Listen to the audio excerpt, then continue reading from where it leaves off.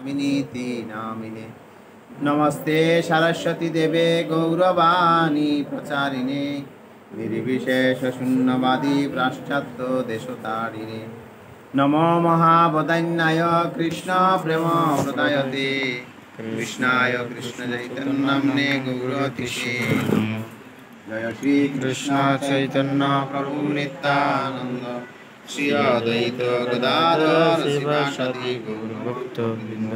हरे कृष्ण कृष्ण कृष्ण हरे हरे हरे राम राम राम हरे हरे।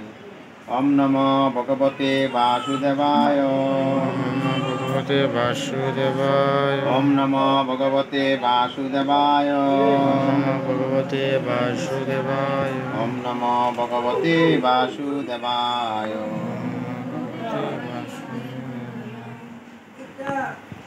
व्यासं देवीं सरस्वती व्यासं ततो जयमुदीरये नष्टप्रायेषु अभद्रेषु नित्यं भागवत सेवया भगवती उत्तमं श्लोके भक्तिर्भवति नैष्ठकी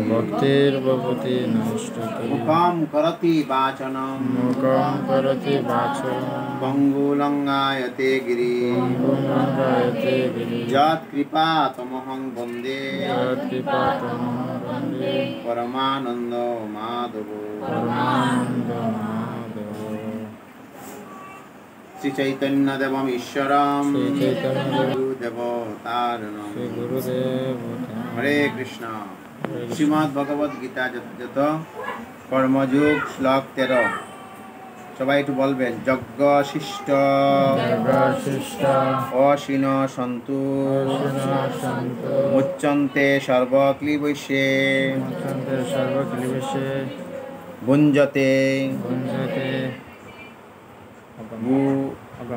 অগম পাপা যে পচরন্তি আত্মকারণাৎ। ভগবত ভক্তরা সমস্ত পাপ থেকে মুক্ত হন, কারণ তারা যজ্ঞা বিশিষ্ট অন্নাদি গ্রহণ করেন। যারা কেবল স্বার্থপর হয়ে নিজেদের ইন্দ্রিয় তৃপ্তির জন্য অন্নাদি পাক করে তারা কেবল পাপ পূজন করে। তাৎপর্য করেছেন ভক্তিবেদান্ত স্বামী শিল প্রভুপাদ কি জয়।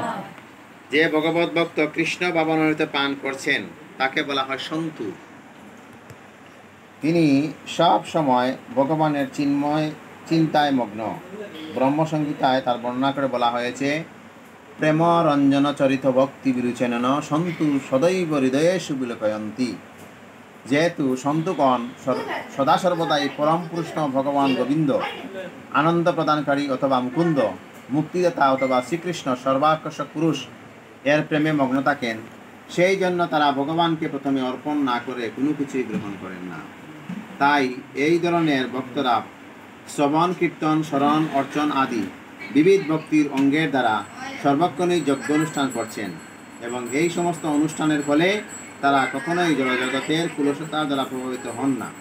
অন্য সমস্ত লোকেরা যারা আত্মতৃপ্তির জন্য নানা রকম উপাদেয় খাদ্য প্রস্তুত করে খায়, শাস্ত্রে তাদেরকে চুর বলে গণ্য করা হয়েছে, এবং তাদের সেই খাদ্যের সঙ্গে সঙ্গে তারা প্রতি গ্রাসে গ্রাসে পাপ গ্রহণ করে। যে মানুষ চুর এবং পাপী সে কী করে সুখী হতে পারে? তা কখনোই সম্ভব নয়। তাই সর্বত্রভাবে সুখী হওয়ার জন্য তাদের কৃষ্ণ ভাবনাময় উদ্বুদ্ধ হয়ে সংকীর্তন যজ্ঞ করার শিক্ষা গ্রহণ করতে হবে। তা না হলে এই পৃথিবীতে সুখ ও শান্তি লাভের কোনো আশাই নেই। জয় শ্রীল প্রভুপাদ কি জয়। এই শ্লোকে বলা হচ্ছে যে সন্তুরা মানে সাধুরা সমস্ত পাপ থেকে মুক্ত হন, তারা ভগবানকে নিবেদন করে অন্নাদি গ্রহণ করেন। যারা অন্নাদি নিজের ইন্দ্রিয় তৃপ্তির জন্য অন্নাদি পাক করে খায় তারা শুধু পাপ পূজন করে।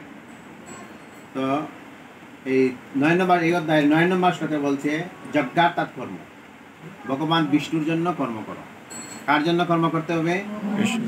ভগবান বিষ্ণুর জন্য কর্ম করতে হবে। তো এই কর্মটা দুইভাবে করা হয়, একটা হচ্ছে যজ্ঞের মাধ্যমে। কিসের মাধ্যমে? যজ্ঞের মাধ্যমে। যজ্ঞের মাধ্যমে, আর একটা হচ্ছে কর্মের মাধ্যমে। এই দুটোটাই যজ্ঞ। যজ্ঞের শব্দের অর্থ হচ্ছে বিষ্ণু, যজ্ঞ শব্দের অর্থ কি? বিষ্ণু। বিষ্ণু। একটা হচ্ছে কর্মযজ্ঞ আর একটা হচ্ছে যজ্ঞ। তো কর্মযজ্ঞ কি? কর্মযজ্ঞটা হচ্ছে এটা যে ভগবানের জন্য রান্না করা, এটা হচ্ছে কর্মযজ্ঞ।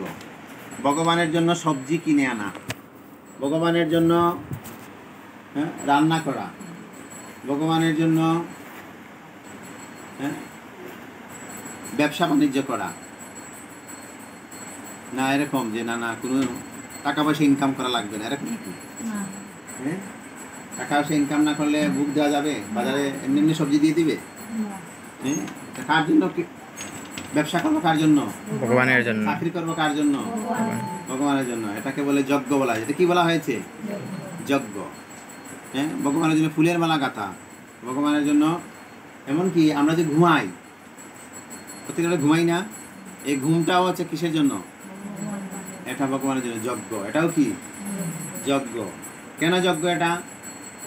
আগামীকাল সুস্থ দেহে ভগবানের সেবায় যুক্ত হব, এর জন্য দেহকে সুস্থ রাখাটাও যজ্ঞ। দেহকে